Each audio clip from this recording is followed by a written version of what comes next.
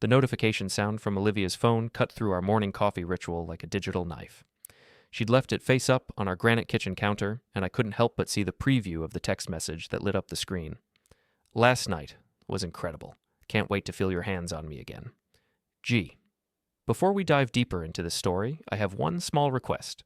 Please subscribe, drop a like, comment, and hit that hype button to boost this channel so more people can discover these incredible Reddit stories. My coffee cup froze halfway to my lips.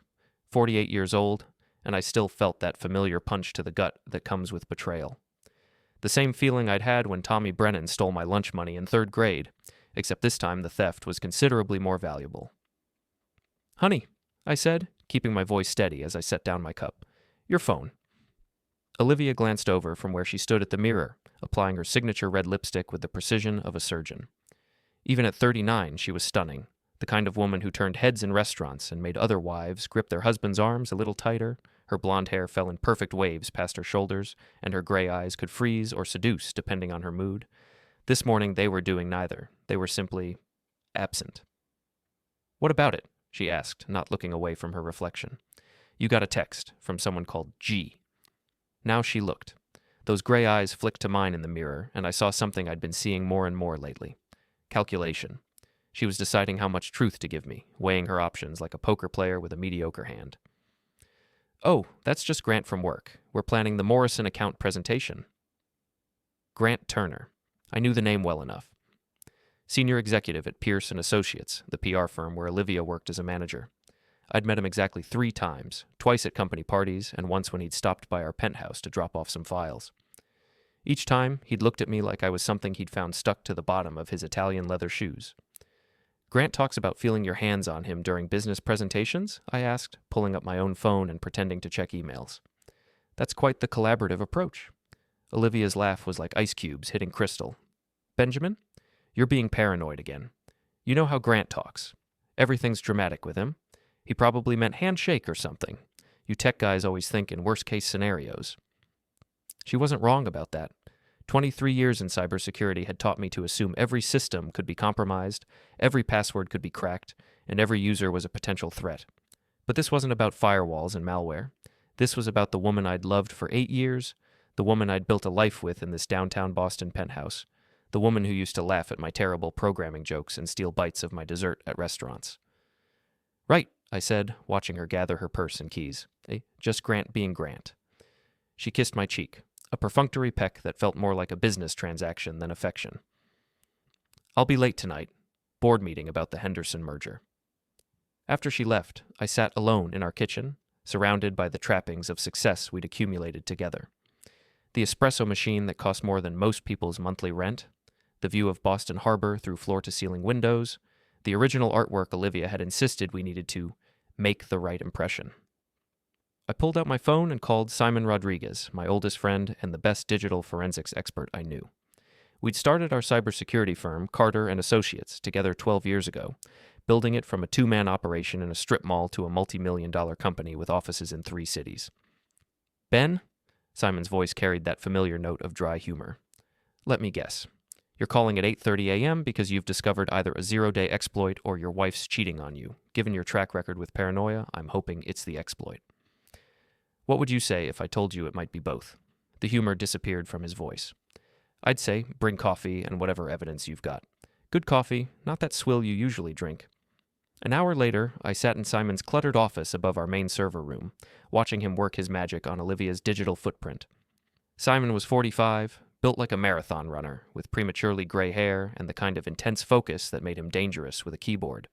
He'd been married to the same woman for 20 years and had 3 kids who worshipped him. Looking at him sometimes made me wonder where I'd gone wrong.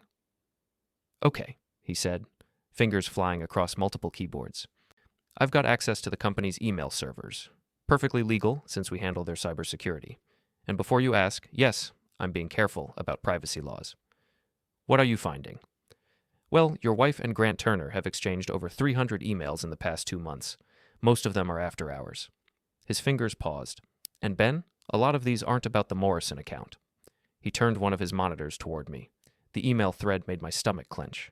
From gternera.pierceasoc.com to ocartrapierceasoc.com. Subject: Tonight, Olivia. I can't stop thinking about what happened in the conference room after everyone left. The way you looked at me when I pushed you against that table. We're playing with fire, but God help me, I want to get burned. From ocarterappearsasoc.com to gturnerappearsasoc.com subject. Tonight, Grant. We both know this is dangerous, but I've never felt anything like this. Benjamin suspects something, but he's so buried in his computers he barely notices when I'm in the same room anymore. Meet me at the Marriott downtown tomorrow. Room 412. I'll be there at 6. I stared at the screen until the words blurred. 23 years of marriage. 8 to Olivia, 15 to my first wife who'd passed away in a car accident. I thought I'd learned how to spot the signs, how to protect myself from this kind of pain. Apparently I was wrong. There's more, Simon said quietly. Financial records show they've been meeting at hotels twice a week for the past month. Always paid for with Grant's corporate card. Snake. It gets worse.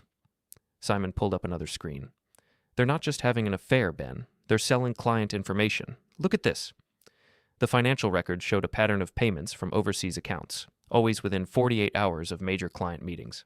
Amounts ranging from $5,000 to $20,000, all deposited into an account jointly held by Grant Turner and Olivia Carter. They're selling PR strategies and client intelligence to competitors, I said, the pieces clicking into place. That's why Olivia's been so interested in my client list lately. She's been mining me for information. Corporate espionage, Simon nodded, and your wife is right in the middle of it. I leaned back in my chair, feeling something cold and calculating settle in my chest. The hurt was still there, sharp and immediate, but underneath it was something else.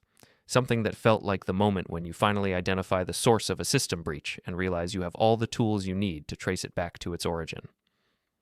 Simon, I said, how would you feel about doing some off-the-books consulting work? He grinned, and it wasn't a nice expression. I thought you'd never ask. The Pearson Associates building was a gleaming monument to corporate success, all glass and steel rising 37 floors above downtown Boston. I'd been here dozens of times for company parties and client events, but tonight felt different. Tonight, I wasn't Benjamin Carter, supportive husband. Tonight, I was Benjamin Carter, cybersecurity expert with a target. Simon sat beside me in my BMW, laptop balanced on his knees, fingers dancing across the keyboard with the fluid grace of a concert pianist. We were parked across the street with a clear view of the building's main entrance and the executive parking garage. Okay, he said, not looking up from his screen. I've got access to the building's security system, don't ask how, and I can see Grant's Mercedes in his reserved spot on level B2. Olivia's Lexus is 3 spaces over. How long have they been up there? Security logs show they badged in separately about an hour ago. Grant went to his office on the 23rd floor. Olivia went to the conference room on 25. I checked my watch. 9:47 p.m. According to the text I'd intercepted on Olivia's phone, she was supposed to be at a board meeting about the Henderson merger. The Henderson merger that had been finalized 6 months ago. There, Simon said, pointing to the building. 23rd floor, corner office. That's Grant's window. Through the glass walls of the office, I could see 2 figures silhouetted against the interior lights. As I watched, one figure, clearly female based on the long hair and fitted dress, moved closer to the other. They embraced, and I felt that familiar punch to the gut. You getting this? I asked. Simon held up a camera with a telephoto lens. Every frame, digital photography is a beautiful thing. I can enhance these later to show exactly what they're doing. We watched for another 20 minutes as the drama played out in that glass box 30 floors above us. Grant had his hands in Olivia's hair. She was pressed against his desk.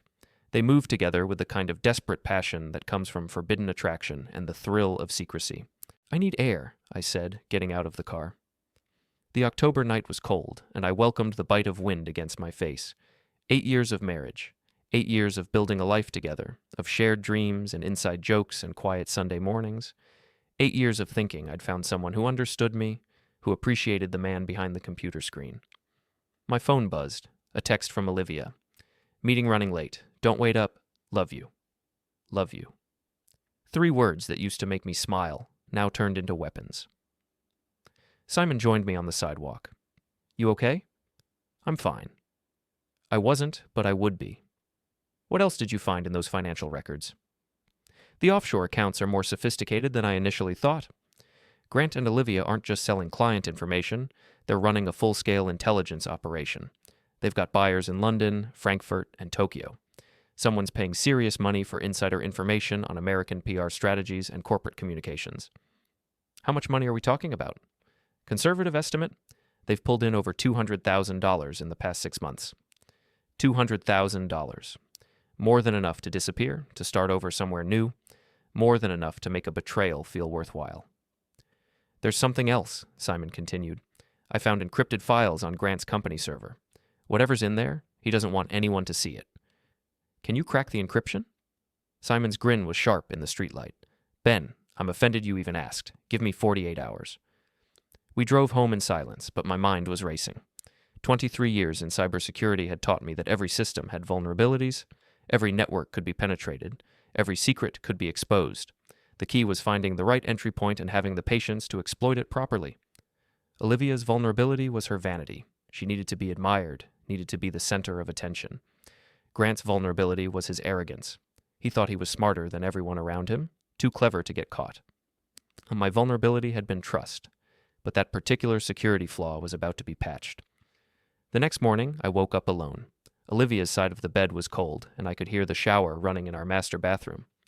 I lay there for a moment, listening to her hum some pop song I didn't recognize, and tried to remember the last time we'd woken up together.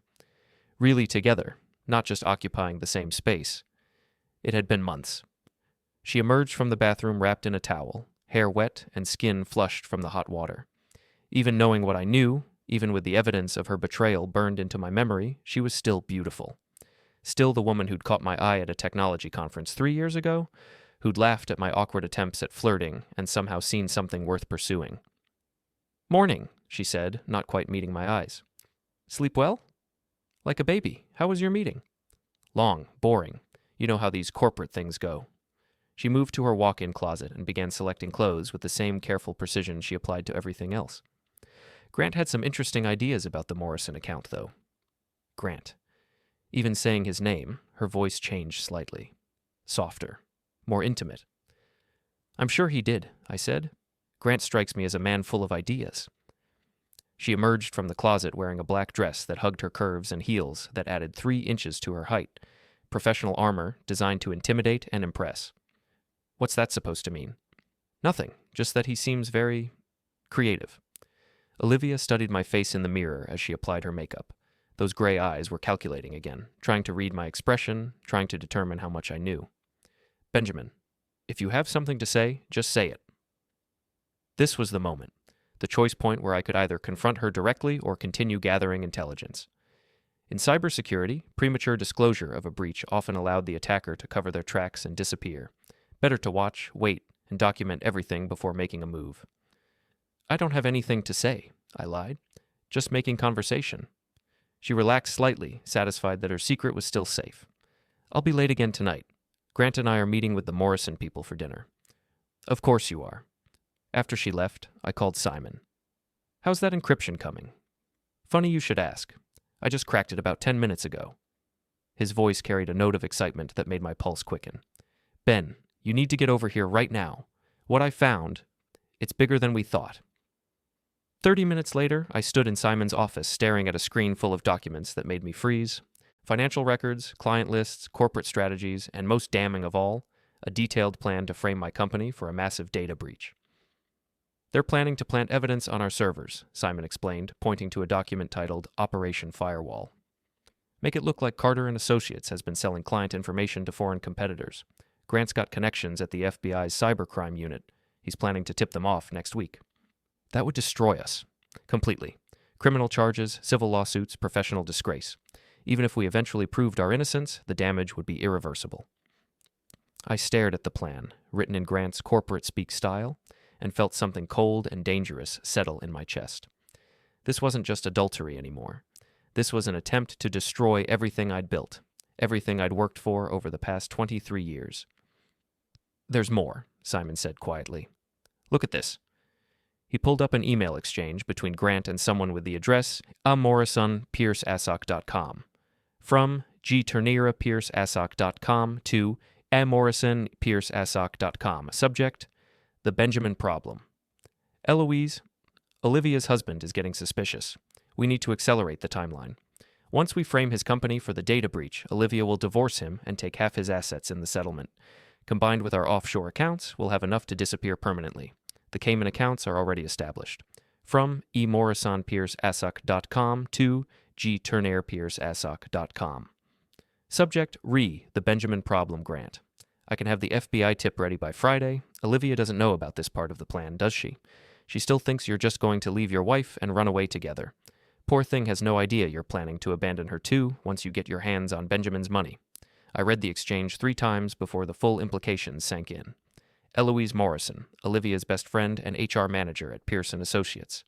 The woman who'd been to our house for dinner dozens of times, who'd been Olivia's maid of honor at our wedding, who'd cried at my first wife's funeral and told me how happy she was that I'd found love again. They're all in on it, I said. Grant, Olivia, and Eloise, and Grant's planning to double-cross both of them. Looks that way. The question is, what are you going to do about it?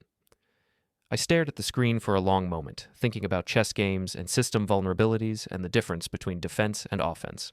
For the past 23 years, I'd been a defender, building walls and firewalls to keep the bad guys out. But sometimes, the best defense was a devastating attack. I'm going to do what I do best, I said finally.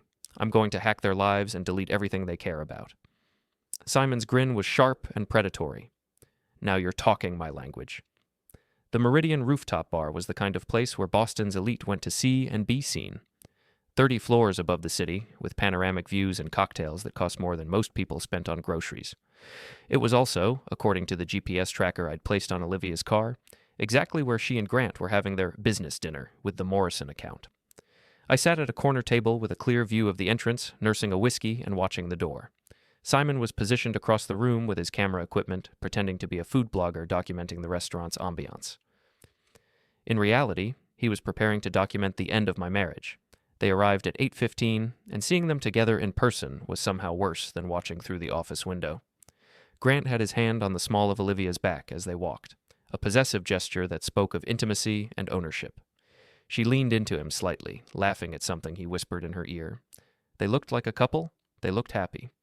The hostess led them to a table by the windows, and I watched as Grant pulled out Olivia's chair with the kind of old-fashioned gallantry I'd stopped practicing years ago. They ordered wine, expensive wine, based on how long Grant spent discussing options with the sommelier, and settled into the comfortable rhythm of 2 people who knew each other well. Very well. I pulled out my phone and activated the app Simon had installed. With a few taps, I was connected to the listening device we'd planted in Grant's Mercedes that afternoon. The audio quality was excellent. Can't keep doing this much longer, Olivia was saying.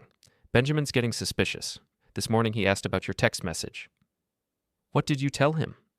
Grant's voice carried that smooth confidence I'd grown to hate. That it was about work.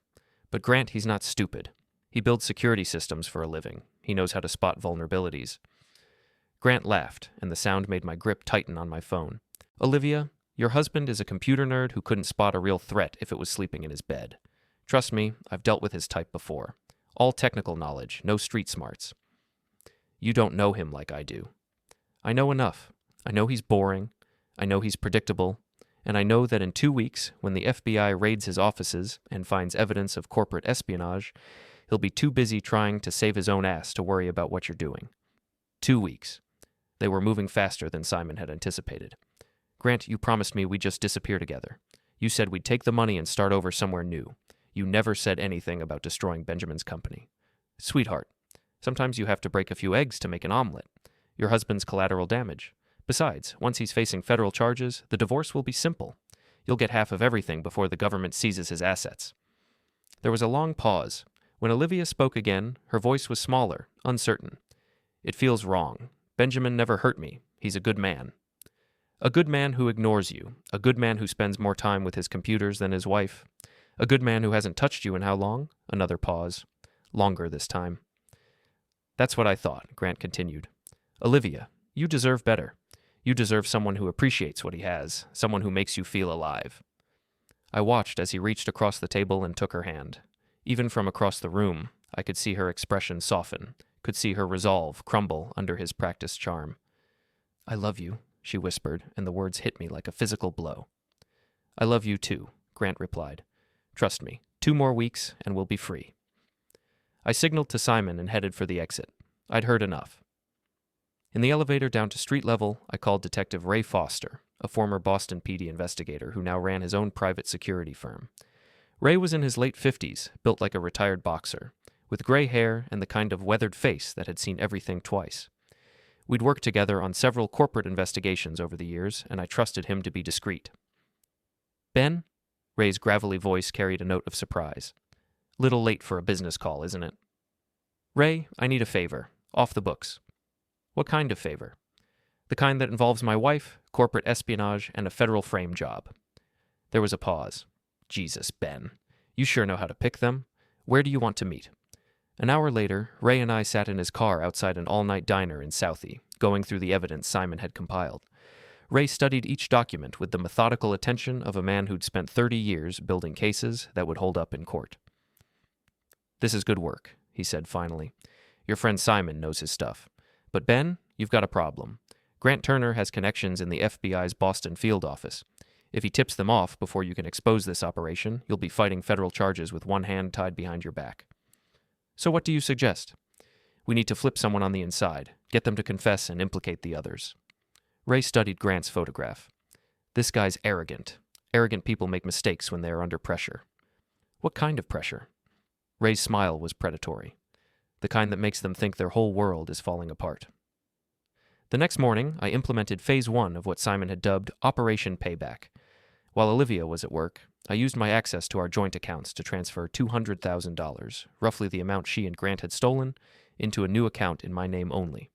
Then I changed all the passwords on our shared credit cards and investment accounts. When she tried to buy lunch that afternoon, her card was declined. She called me at 1:47 p.m., and I let it go to voicemail. She called again at 2:15 and again at 2:33. Finally, I answered. "Benjamin, what the hell is going on?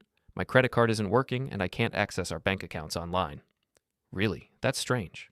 Maybe there's been some kind of security breach. You know how vulnerable financial systems can be."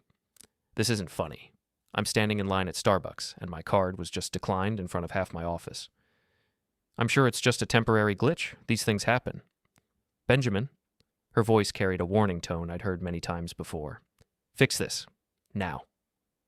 "I'll look into it," I said, and hung up. Phase 2 began that evening, while Olivia was at another late meeting, this one apparently at Grant's apartment, based on the GPS tracker. I drove to the Pearson Associates building and let myself into the parking garage using the security codes Simon had acquired.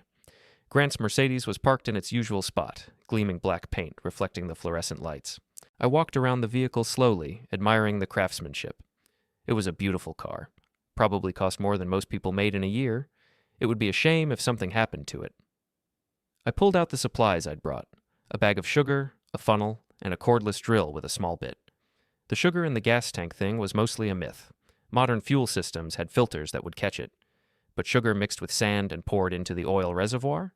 That would destroy an engine completely. 20 minutes later, I was back in my car, driving home with the satisfaction that comes from a job well done. Grant's Mercedes would run fine for another day or two, just long enough for the abrasive mixture to circulate through the engine block. Then it would seize up completely, probably while he was driving on the highway. I hoped Olivia was with him when it happened. My phone rang as I pulled into our building's parking garage. Simon's voice was excited, almost breathless. "Ben, you need to get over here right now. I just intercepted an email from Eloise Morrison to someone at the FBI. They're moving the timeline up again. The raid on your offices is scheduled for tomorrow morning." Tomorrow morning, 12 hours earlier than we'd expected. "Can you trace the FBI contact?" "Already did. Special Agent Patricia Vance, White Collar Crime Division. She's been feeding information to Grant for the past 6 months in exchange for cash payments." A corrupt federal agent. This was bigger than corporate espionage. This was a conspiracy that could destroy innocent lives and careers. "Simon," I said, "it's time to go nuclear." "What do you want me to do?" "Send everything to the Boston Globe, the FBI's Internal Affairs Division, and the Massachusetts Attorney General's office. Every email, every financial record, every piece of evidence we've collected, and make sure Detective Foster gets a copy too. Ben, once we do this, there's no going back. Your marriage will be over. Olivia will know you've been investigating her."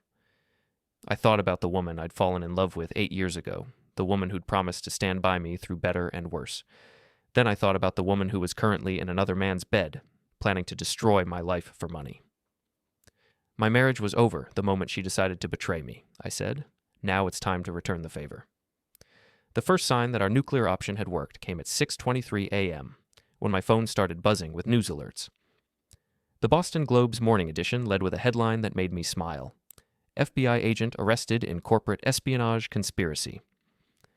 I was sitting in our kitchen, drinking coffee and watching the sunrise over Boston Harbor, when Olivia stumbled out of the bedroom looking like she'd been hit by a truck. Her hair was disheveled, her makeup smeared, and she was clutching her phone like a lifeline. "Benjamin," she said, her voice shaky, "have you seen the news?" "Which news would that be?" I asked, taking another sip of coffee. "Grant's been arrested, and Eloise, and some FBI agent I've never heard of." She sank into the chair across from me, and I could see her hands trembling. "They're saying it's about corporate espionage and money laundering, and Jesus, Benjamin, what's happening?" I set down my coffee cup and studied my wife's face.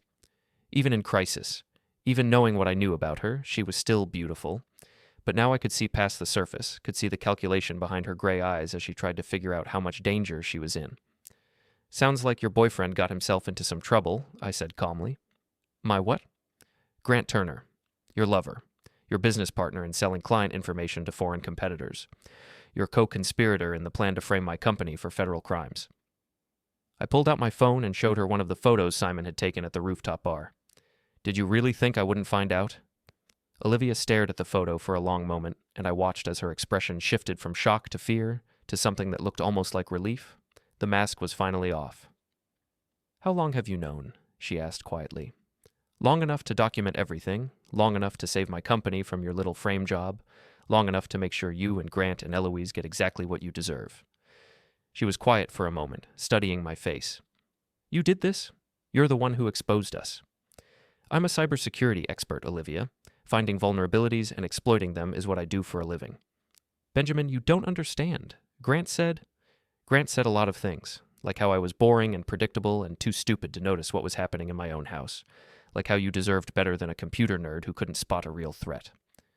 I leaned forward, and my voice went cold. Turns out the computer nerd was smarter than he thought.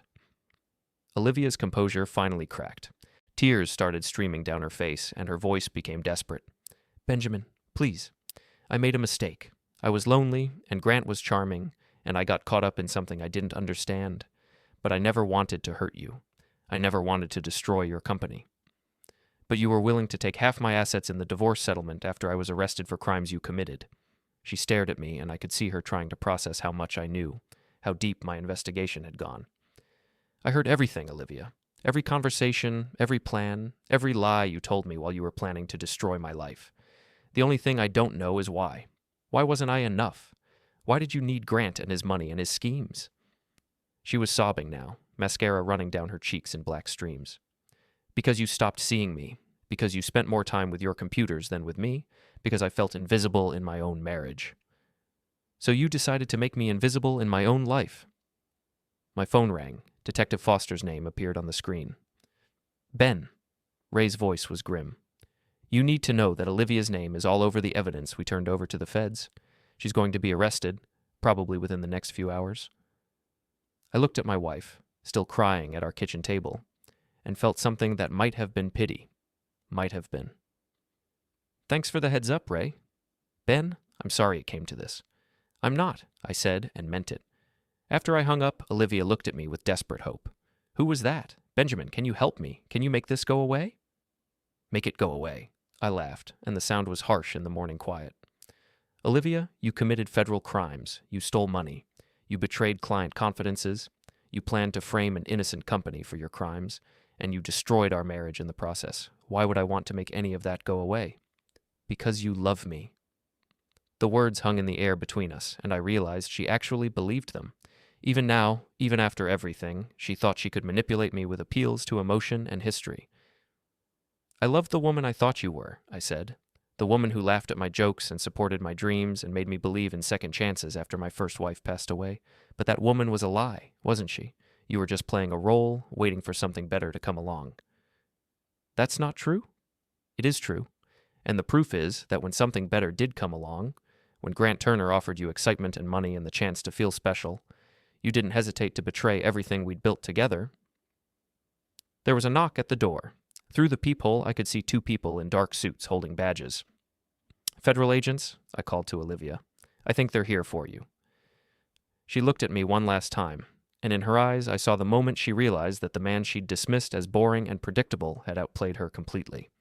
"Benjamin," she whispered, "what have you done?" "I've done what you taught me to do," I replied, opening the door. "I've looked out for myself." Special Agent Patricia Vance, not the corrupt agent who'd been arrested, but her replacement, was a woman in her early 40s with short brown hair and the kind of direct gaze that missed nothing. She looked past me to where Olivia sat at the kitchen table. "Mrs. Carter, I'm Agent Vance, FBI. You're under arrest for conspiracy to commit corporate espionage, money laundering, and obstruction of justice." As they read Olivia her rights and led her away in handcuffs, she looked back at me one more time. Her face was streaked with tears and mascara, her perfect composure completely shattered.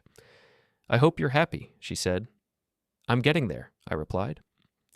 After they left, I sat alone in our penthouse, surrounded by the trappings of a life that no longer existed. The silence was profound. No morning news shows, no coffee grinding, no sound of Olivia getting ready for work. Just me and the view of Boston Harbor, and the satisfaction that comes from a system successfully defended. My phone buzzed with a text from Simon. "Grant's Mercedes broke down on I-95 this morning. Engine seized completely. He's stranded on the side of the highway waiting for a tow truck. Thought you'd want to know." I smiled and typed back, "Sometimes karma needs a little help." The next text was from Detective Foster. "All 3 suspects in custody. FBI says they've got enough evidence to put them away for years. Your company is completely cleared. Congratulations, Ben. You won." I won. After 23 years of playing defense, of building walls and firewalls to keep the bad guys out, I'd finally gone on the offensive, and I'd destroyed my enemies so completely that they'd never threaten me or anyone else again. But sitting there in the silence of my empty penthouse, victory felt surprisingly hollow. I'd saved my company and my reputation. I'd exposed a federal conspiracy and put 3 criminals behind bars. I'd proven that the boring, predictable computer nerd was smarter than anyone had given him credit for. The only thing I'd lost was my marriage. And honestly, that felt more like a system upgrade than a loss. 3 weeks later, I stood in the boardroom of Pierce & Associates, watching the company's senior partners try to salvage their reputation from the smoking crater my investigation had left behind. The mahogany conference table was covered with legal documents, financial statements, and copies of the federal indictments that had destroyed 3 of their employees and nearly brought down the entire firm. James Pierce, the founding partner, was a man in his 60s with silver hair and the kind of patrician bearing that came from old Boston money. He'd built his PR empire over 30 years, and now he was watching it crumble in real time. "Mr. Carter," he said, his voice carefully controlled, "I want to personally apologize for the actions of our employees. What Grant Turner and your wife did was unconscionable, and it violated every principle this firm was built on." "I appreciate that, Mr. Pierce," I replied, settling into my chair with the confidence of a man holding all the cards. "But I'm not here for apologies. I'm here to discuss damages." The firm's lead attorney, a sharp-faced woman named Rebecca Walsh, leaned forward. "Mr. Carter, while we acknowledge that our employees acted inappropriately, the fact remains that no actual damage was done to your company. The FBI raid never happened, your clients never lost confidence in your services, and your reputation remains intact." I smiled, and it wasn't a pleasant expression. "Ms. Walsh, are you familiar with the concept of attempted murder?"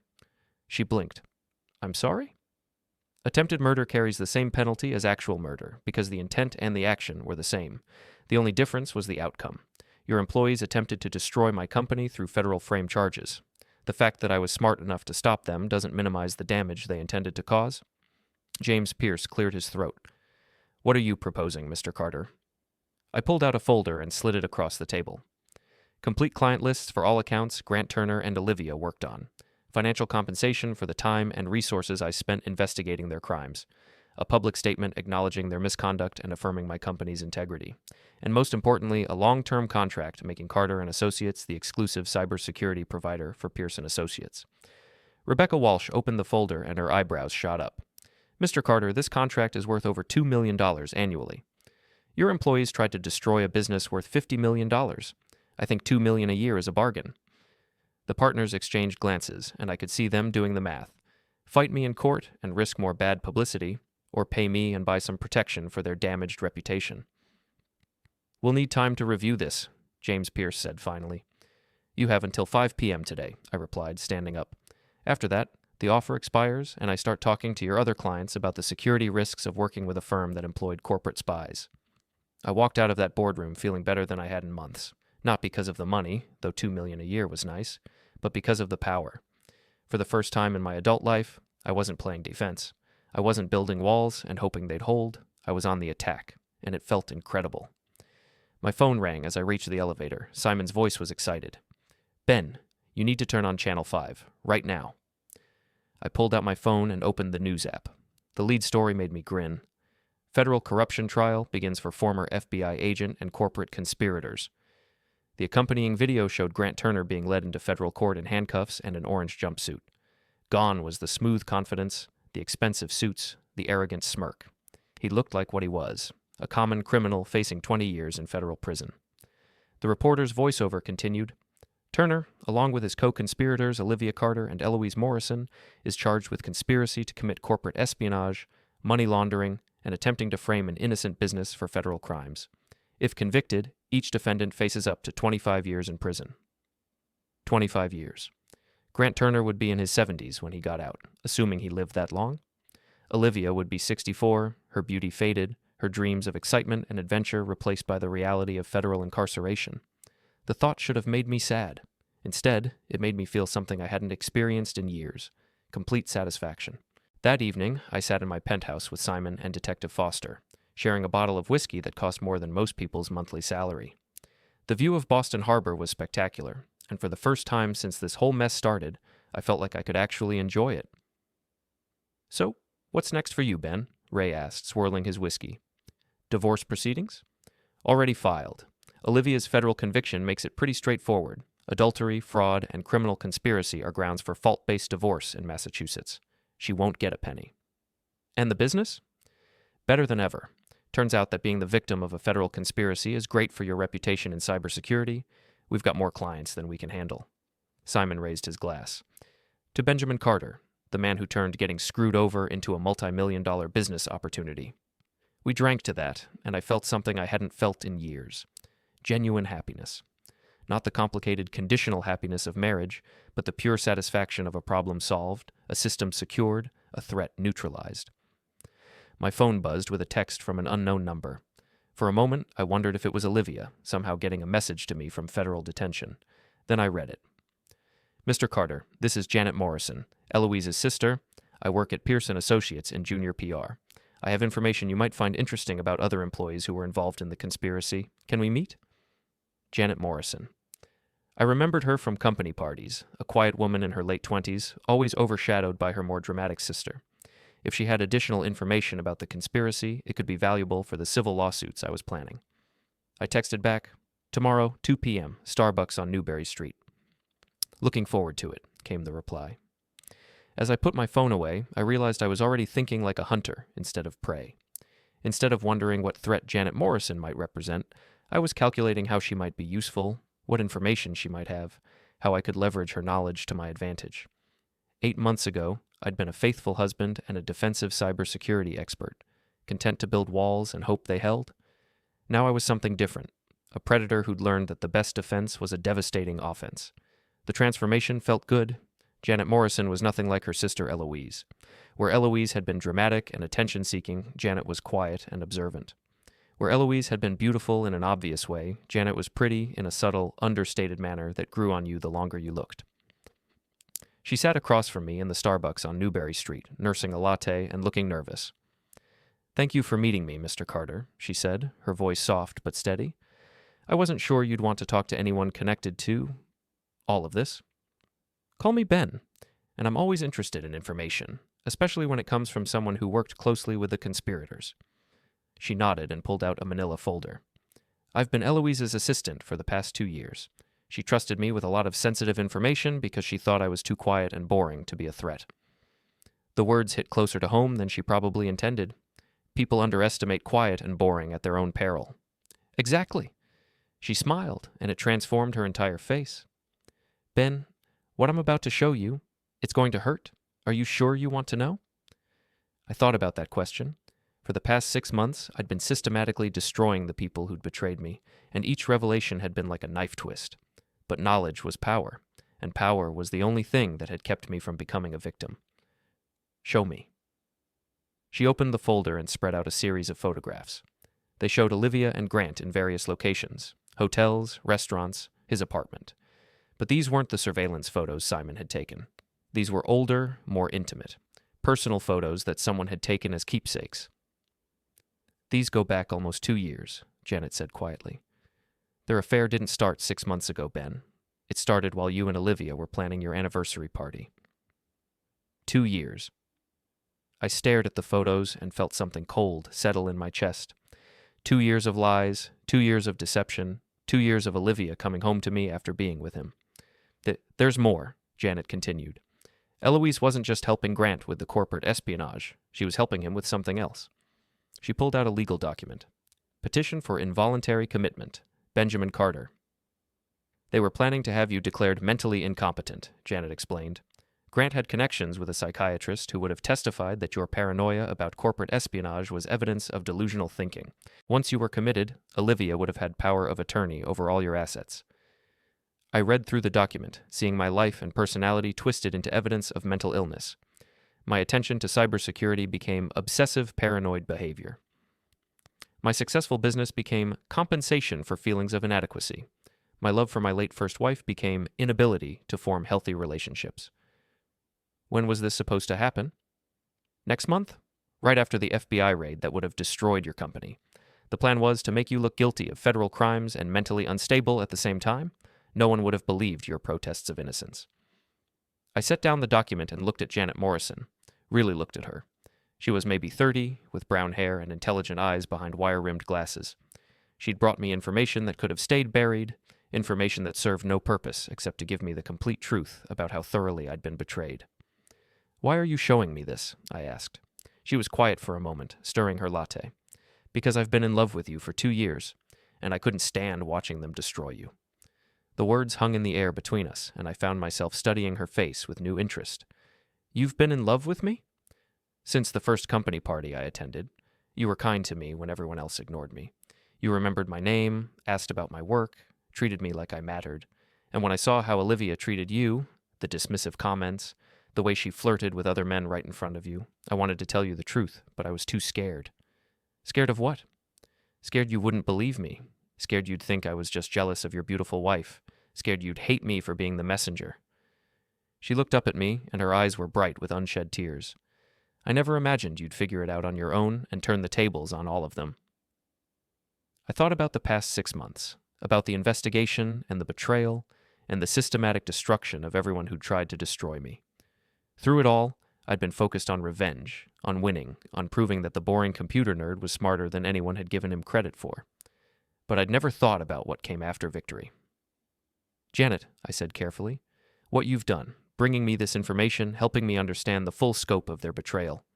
It means more than you know. But I need you to understand something. I'm not the same man I was 2 years ago. What they did to me, what I did to them in return, it changed me." "I know," she said simply. "I've been watching you change. And Ben, I think I like the new version even better." There was something in her voice, something in the way she looked at me that made my pulse quicken. For 2 years, while my wife was betraying me with her lover, this quiet, intelligent woman had been watching me, caring about me, wanting to protect me. "The new version is dangerous," I warned her. "The new version doesn't trust easily, doesn't forgive, doesn't play defense anymore." "Good," she said, and her smile was sharp. The old version was too nice for this world. That evening, I stood on the rooftop terrace of the Meridian Bar, the same place where I'd watched Olivia and Grant together months ago. But tonight, I wasn't there to spy or gather evidence. Tonight, I was there to celebrate. The Pearson Associates contract had been signed that afternoon, $2 million annually for 5 years, with options for renewal. More importantly, James Pierce had agreed to make a public statement acknowledging that Carter and Associates had been the victim of a criminal conspiracy and affirming our integrity and professionalism. My phone buzzed with updates from the federal trial. Grant Turner had been convicted on all counts and sentenced to 22 years in federal prison. Eloise Morrison got 18 years, and Olivia, my beautiful, treacherous wife, had been sentenced to 15 years for her role in the conspiracy.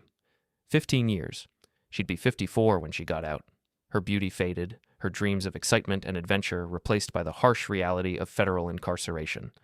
The thought should have made me sad. Instead, it filled me with a satisfaction so profound it was almost spiritual. "Ben?"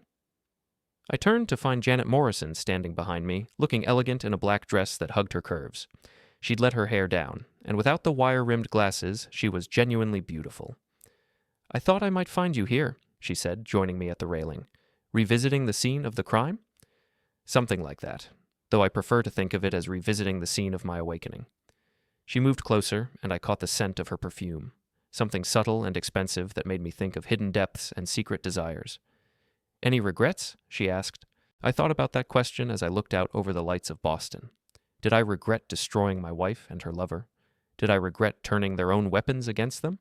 Did I regret becoming the kind of man who fought back instead of just building higher walls? None, I said, and meant it. They tried to destroy me, Janet. They tried to steal my money, destroy my company, and have me declared mentally incompetent. They showed me no mercy, so I showed them none in return. And now? Now I'm free. Free from a marriage built on lies. Free from people who saw my kindness as weakness. Free to be the man I should have been all along. She turned to face me, and in her eyes I saw something I hadn't seen in years. Genuine admiration. Not for my money or my success, but for my strength. For my ability to fight back and win. "Ben," she said softly, "I know this might be too soon, and I know you're still dealing with everything that happened, but I want you to know something. I'm not going anywhere. Whatever you need, whatever you want to do next, I'm here." I looked at this woman who'd risked her career to help me, who'd loved me from a distance while my wife was betraying me, who'd seen me at my most vulnerable and my most dangerous and wanted to stay for both. "What I want," I said, moving closer to her, "is to forget about the past and focus on the future. What I want is to be with someone who sees my strength instead of my weaknesses. What I want is to stop playing defense and start building something new." "With me?" "With you." She smiled, and it was like watching the sun come up. "Then that's what we'll do." I kissed her there on the rooftop, with the lights of Boston spread out below us and the ghost of my old life finally laid to rest. It was a kiss full of promise and possibility, a kiss that tasted like victory and new beginnings. When we broke apart, Janet looked up at me with eyes bright with happiness and something that looked like pride. "So, what happens now?" she asked. I thought about my destroyed enemies, my thriving business, and the intelligent, beautiful woman in my arms who'd chosen to stand with me instead of against me. "Now," I said, "we live happily ever after. And if anyone tries to threaten that happiness, we destroy them too." She laughed, and the sound was music. "I love the new you, Ben Carter." "Good," I replied, pulling her closer, "because the new me is here to stay." As we stood there together, I felt something I hadn't experienced since my first wife passed away. Complete contentment. Not just satisfaction or victory, but genuine happiness. The kind that comes from knowing exactly who you are and what you're capable of. I'd started this journey as Benjamin Carter, the boring computer nerd who built walls and hoped they'd hold. I was ending it as Benjamin Carter, the man who'd learned that sometimes the best defense was a devastating offense, and who'd found someone who loved him, not despite his strength, but because of it. The password to my old life had been trust, loyalty, and naive faith in other people's goodness. The password to my new life was simpler and infinitely more powerful. Never again would I be anyone's victim. And as Janet and I walked away from that rooftop together, I knew that this time I'd chosen the right partner. Someone who understood that in this world, you either win or you lose, and losing was not an option. The game was over. I had won, and I was never going back to being the man who played defense.